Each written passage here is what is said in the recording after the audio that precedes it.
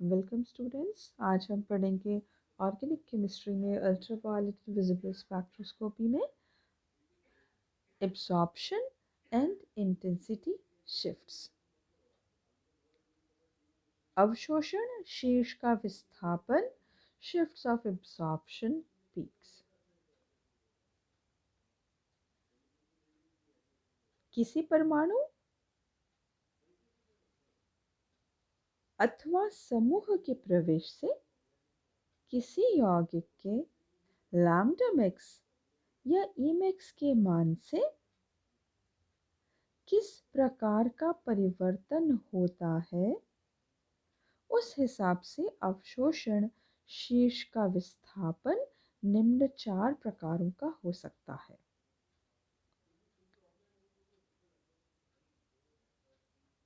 पहली है bathochromic shift, दूसरी है हिप्सोक्रोमिक शिफ्ट, तीसरी हाइपरक्रोमिक इफेक्ट, चौथा hypochromic effect. When an atom or group enters the molecule, they change Emax and lambda max in UV spectrum. On this calculation, 4 types of displacement are there in the absorption peaks. The 4 shifting effects that will be discussed here are presented in the figure drawn on this slide. तो यहाँ पे ये निम्न 4 प्रकार के shifts या विस्थापन हम इन्हें हिंदी में कहें तो जो पॉसिबल हैं ये फिगर में दर्शाए गए हैं। तो चारों शिफ्टिंग इफेक्ट्स हमने पहले में 2 शिफ्ट्स दिखाई हैं और बाद वाले फिगर में 2 दूसरी शिफ्ट्स दिखाई हैं। टोटल 4 शिफ्ट्स, 2 शिफ्ट्स और 2 इफेक्ट्स हमने दिखाए हैं। तो इन्हें सबसे पहले एक एक करके हम चारों को एक एक करके समझते हैं और उसके बाद लास्ट में कंबाइंड फॉर्म में हम इन दोनों फिगर की सहायता से चारों को एक साथ देख के चारों को कंपेयर करेंगे और समझेंगे। तो सबसे पहली जो एब्सॉर्प्शन एंड इंटेंसिटी शिफ्ट है वो है बैथोक्रोमिक शिफ्ट। इसे हम रेड शिफ्ट के नाम से भी जानते हैं। किसी यौगिक के अवशोषण स्पेक्ट्रम में लैम्डा मैक्स के मान की वृद्धि को बैथोक्रोमिक शिफ्ट या वर्णोत्कर्षी विस्थापन कहते हैं। सामान्यतया किसी अणु में किसी परमाणु अथवा समूह के प्रवेश से बैथोक्रोमिक शिफ्ट प्रदर्शित होता है। जब किसी यौगिक में इलेक्ट्रॉन दाता समूह जैसे CH3, OH, NH2 आदि प्रतिस्थापित हों तो इनके द्वारा अवशोषण बैंड का विस्थापन लंबी तरंग दैर्ध्य की ओर होता है, जिसे वर्णोत्कर्षी विस्थापन या बैथोक्रोमिक शिफ्ट कहते हैं या इसे हम रेड शिफ्ट भी कहते हैं।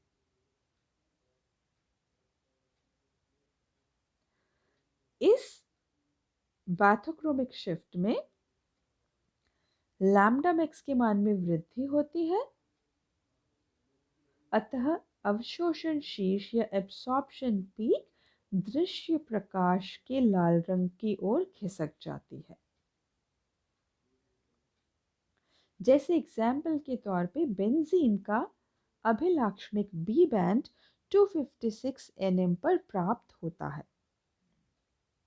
लेकिन यदि बेंजीन रिंग में एक मिथाइल समूह प्रवेशित कराया जाए तो बने हुए टोलुइन का बी बैंड 261 nm पर खिसक जाता है।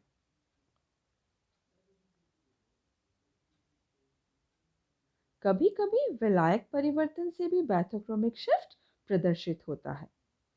जैसे एग्जाम्पल के तौर पे अगर इथेनॉल में एसीटोन का यूवी स्पेक्ट्रम लिया जाए तो 272 nm पर लैम्डा मिक्स प्राप्त होता है। लेकिन अगर हम विलायक हेक्सेन लें तो हेक्सेन में यह 279 nm पर लैम्डा मिक्स दर्शाता है।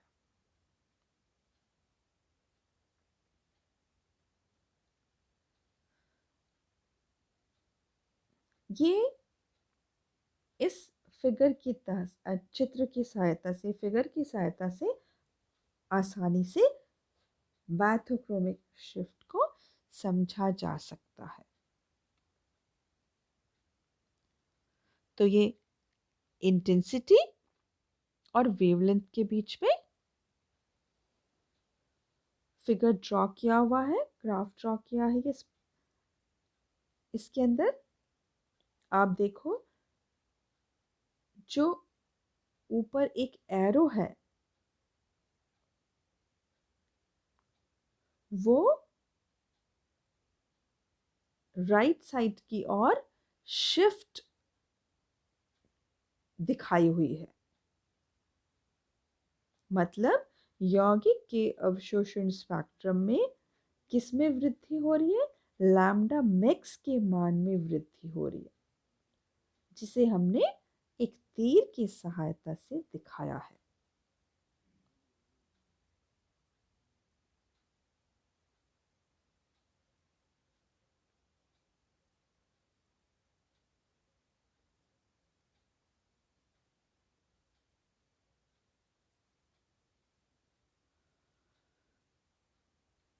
नेक्स्ट जो है हमारी है सेकंड टाइप की जो शिफ्ट है वो है हिप्सोक्रोमिक शिफ्ट। किसी यौगिक के अवशोषण स्पेक्ट्रम में लैम्डा मैक्स के मान में कमी को हिप्सोक्रोमिक शिफ्ट कहा जाता है।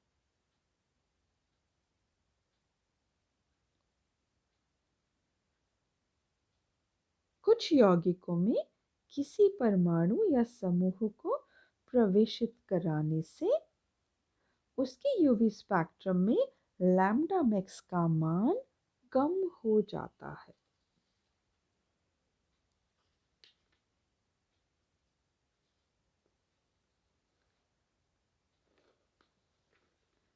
और उसका अवशोषण शीर्ष कम तरंग दैर्ध्य की ओर खिसक जाता है। जैसे कि ये देखिए फिगर, इसमें जो अवशोषण शीर्ष है वो कम तरंग दैर्ध्य मतलब लैम्डा मैक्स के मान में इसमें कमी आती है। चूंकि दृश्य प्रकाश के कम तरंग दैर्ध्य की ओर नीला प्रकाश होता है, अतः इस विस्थापन को नीला विस्थापन या ब्लू शिफ्ट भी कहते हैं। कभी कभी विलायक परिवर्तन से भी हिप्सोक्रोमिक शिफ्ट प्रेक्षित होता है।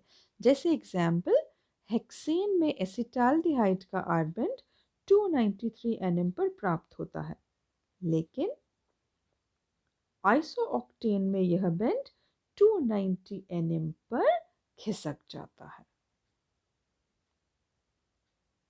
तो ये क्या हुई? लैम्डा मैक्स के मान में कमी हुई। तो ये कौन सी शिफ्ट हुई? Hypsochromic shift. किसी यौगिक में अगर इलेक्ट्रॉन ग्रहण करने वाले समूह जैसे एसिटिल से प्रतिस्थापन हो तो अवशोषण बैंड का विस्थापन छोटी तरंग दैर्ध्य की ओर होता है और इसे नीला विस्थापन कहते हैं। इसमें बहुत आसानी से हमें समझ में आ रहा है। देखिए, जो विस्थापन है तीर की सहायता से हमने दर्शाया है।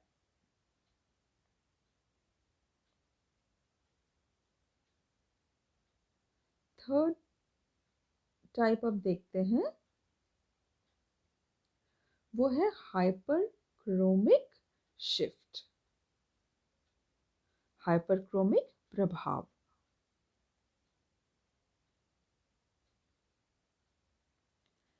किसी यौगिक में किसी परमाणु या समूह के परिवर्तन अथवा विलायक के परिवर्तन से यदि उसके यूवी स्पेक्ट्रम में अवशोषण की तीव्रता के मान में वृद्धि हो जाए तो इस प्रभाव को हाइपरक्रोमिक प्रभाव कहते हैं।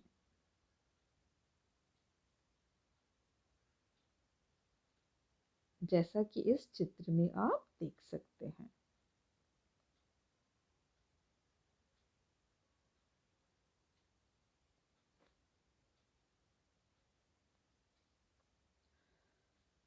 तो इसमें क्या हो रहा है, जो इंटेंसिटी है एब्जॉर्प्शन मैक्सिमम की वो बढ़ रही है।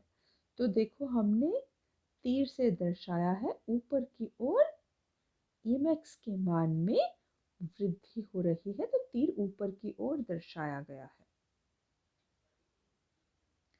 क्योंकि इसमें एब्जॉर्प्शन मैक्सिमम इंक्रीज हो रहा है। तो हिंदी में कहें तो अवशोषण की तीव्रता के मान में वृद्धि हो रही है।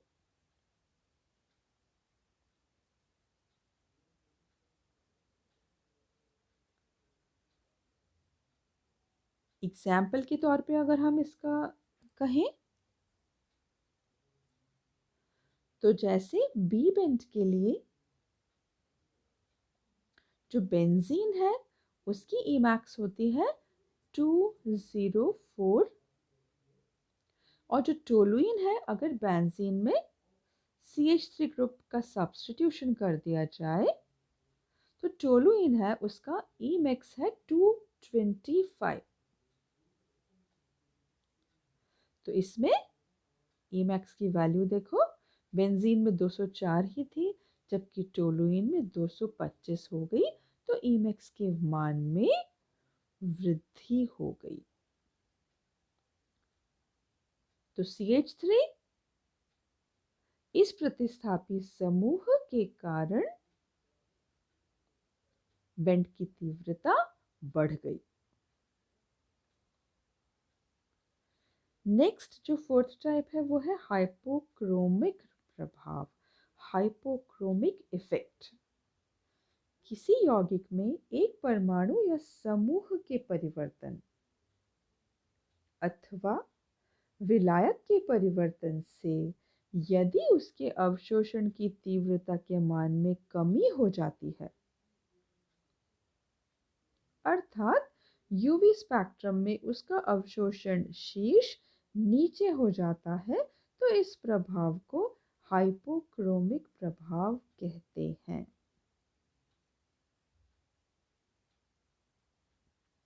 जैसे ये चित्र में बहुत आसानी से समझ में आ रहा है। इसमें देखो अवशोषण की तीव्रता के मान में कमी हो रही है, तो जो एरो है वो तीर नीचे की ओर दिखाया है क्योंकि ईमैक्स का मान कम हो रहा है।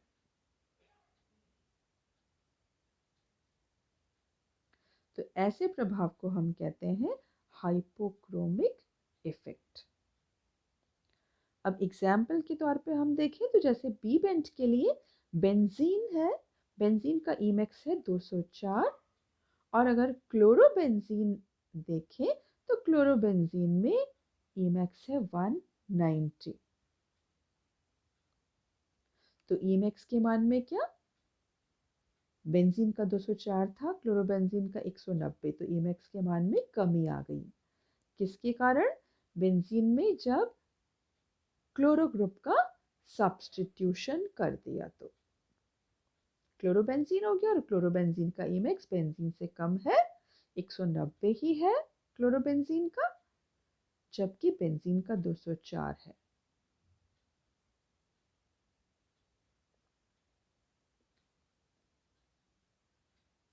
अब इन चारों इफेक्ट्स को हम एक साथ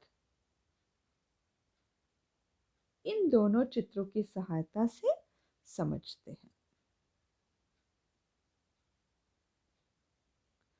तो सबसे पहले फिगर में हमने जो कि इंटेंसिटी और वेवलेंथ के बीच में बनाया है, दो शिफ्ट्स दिखाई हैं।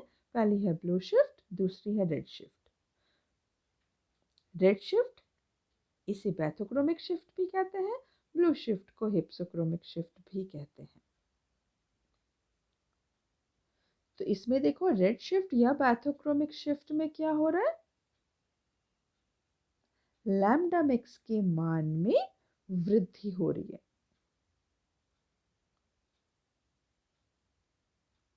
जबकि जो ब्लू शिफ्ट है या जो हिप्सोक्रोमिक शिफ्ट है उसमें क्या हो रहा है, उसमें लैम्डा मैक्स के मान में कमी हो रही है। तो एरोस की सहायता से देखो, बहुत आसानी से आपको समझ में आएगा। लैम्डा मैक्स के मान में वृद्धि मतलब बैथोक्रोमिक शिफ्ट या रेड शिफ्ट, और लैम्डा मैक्स में के मान में अगर कमी है तो वो हिप्सोक्रोमिक शिफ्ट है या ब्लू शिफ्ट है। तो किसी यौगिक के अवशोषण स्पेक्ट्रम में लैम्डा मैक्स के मान की वृद्धि को बैथोक्रोमिक शिफ्ट कहते हैं, और किसी यौगिक के अवशोषण स्पेक्ट्रम में लैम्डा मैक्स के मान की कमी को हिप्सोक्रोमिक शिफ्ट कहते हैं। दोनों शिफ्ट आसानी से हमें पहले जो फिगर है उसकी सहायता से समझ में आ रही है। अब नेक्स्ट फिगर देखो जरा, इसमें कौन सी शिफ्ट हमने दिखाई है, हाइपरक्रोमिक शिफ्ट और हाइपोक्रोमिक शिफ्ट।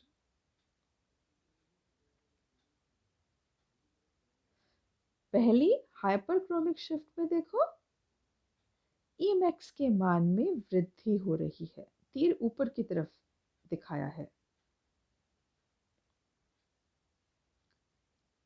तो हाइपरक्रोमिक इफेक्ट या हाइपरक्रोमिक प्रभाव में क्या है, किसी यौगिक में किसी परमाणु या समूह के परिवर्तन अथवा विलायक के परिवर्तन से अगर उसके यूवी स्पेक्ट्रम में अवशोषण की तीव्रता के मान में वृद्धि हो जाए तो उस प्रभाव को हाइपरक्रोमिक प्रभाव कहते हैं। तो बेसिकली इसमें क्या हो रहा है, अवशोषण की तीव्रता के मान में मतलब Emax जो है वो बढ़ रहा है, वृद्धि हो रही है उसके मान में। और लास्ट जो प्रभाव है वो है हमारा हाइपोक्रोमिक इफेक्ट या हाइपोक्रोमिक प्रभाव।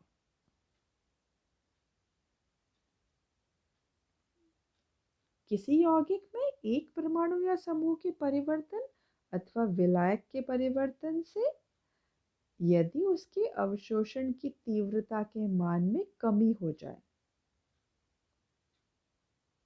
तो यूवी स्पेक्ट्रम में उसका अवशोषण शीर्ष नीचे हो जाता है। तो इसमें देखो आप, जो तीर है, जो एरो है, वो नीचे की ओर दिखाया गया है, मतलब इसमें Emax के मान में कमी हो रही है, डिक्रीज्ड Emax।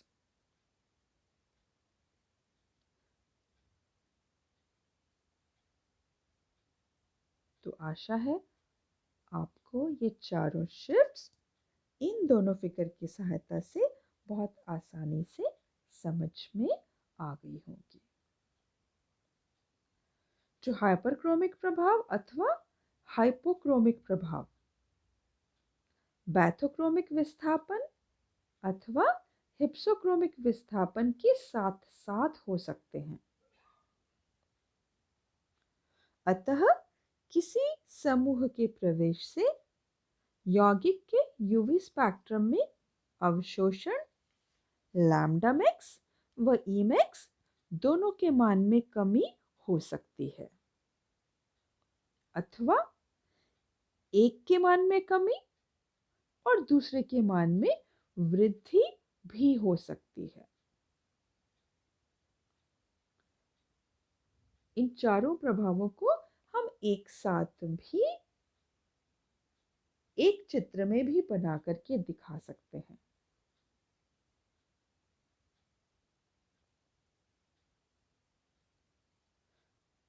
तो आज हमने यूवी अवशोषण स्पेक्ट्रम के Emax व लैम्डा मैक्स पर प्रतिस्थापी समूहों के प्रभाव के बारे में पढ़ा। बेसिकली हमने एब्सॉर्प्शन और इंटेंसिटी शिफ्ट्स पढ़ी, 4 तरह की शिफ्ट्स पढ़ी, बाथोक्रोमिक, हिप्सोक्रोमिक, हाइपरक्रोमिक और हाइपोक्रोमिक।